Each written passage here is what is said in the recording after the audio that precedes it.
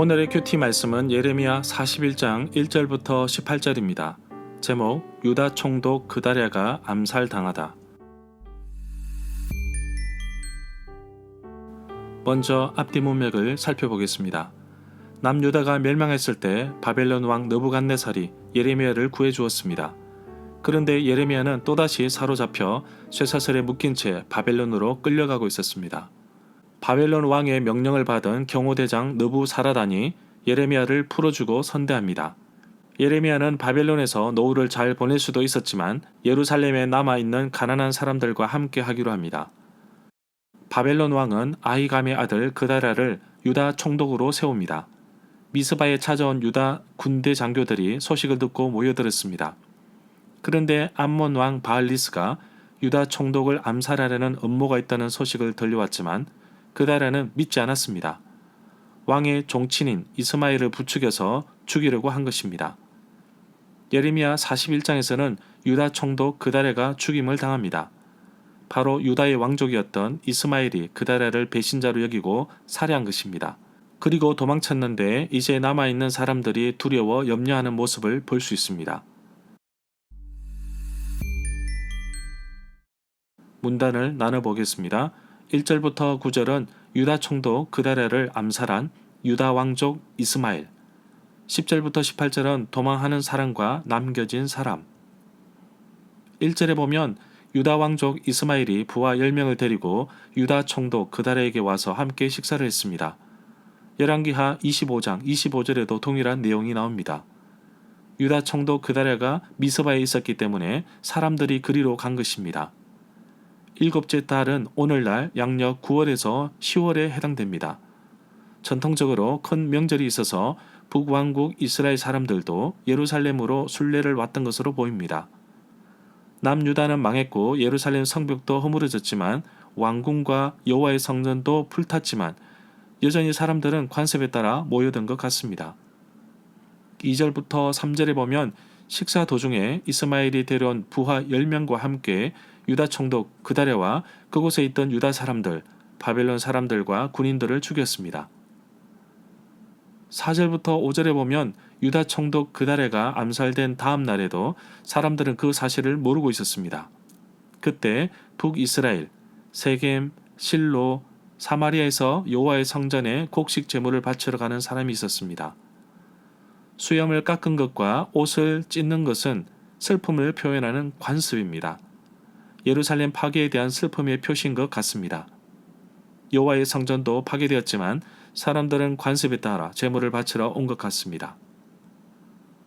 6절부터 7절에 보면 그런데 이스마엘이 제물을 바치러 온 순례자들을 만나 함께 그다랴를 만나러 가져갑니다. 그다랴는 이미 암살되었습니다. 그리하여서 순례자 80명도 미스바 성 안으로 들어가게 되었지만 결국 이스마엘의 부하들에 의해 살해당합니다. 그 가운데 10명이 살아남았습니다.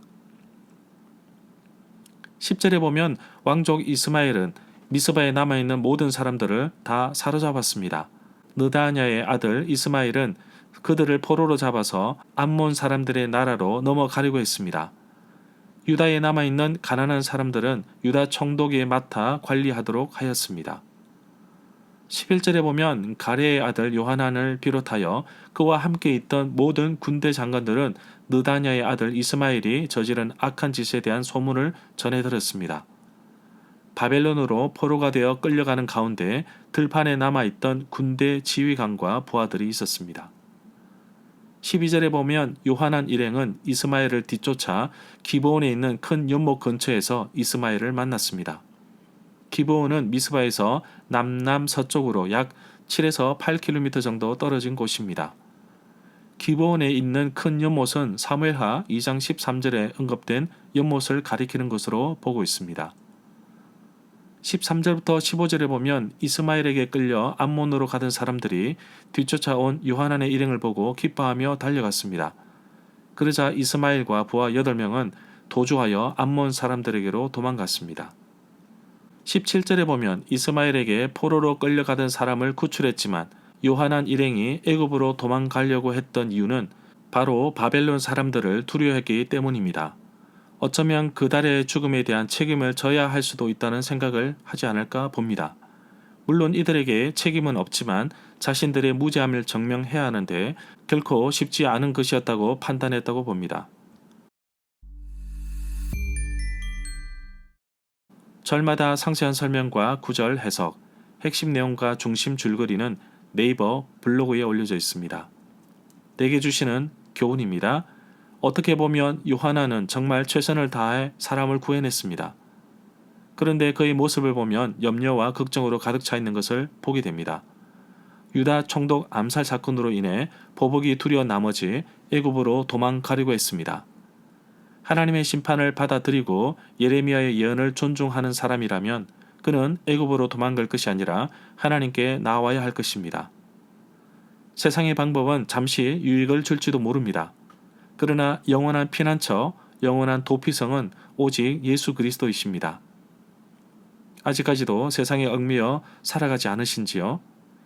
진정한 안식처, 진정한 피난처, 진정한 회복과 삶은 오직 예수 그리스도께 있음을 고백합니다. 남유다가 망했는데 왕의 가문이라는 이스마엘은 시대의 흐름을 읽지 못하고 이웃나라의 유혹에 넘어가 버립니다. 예레미야를 통해 거듭해서 말씀하셨던 것을 기억합시다. 하나님 말씀에 순종하기 위해서는 나의 어떠한 모습도 다 내려놓아야 합니다. 왕의 가문이라고 예외가 아닙니다. 아직까지도 내가 버리지 못한 자존심이 있다면 버리게 하옵소서.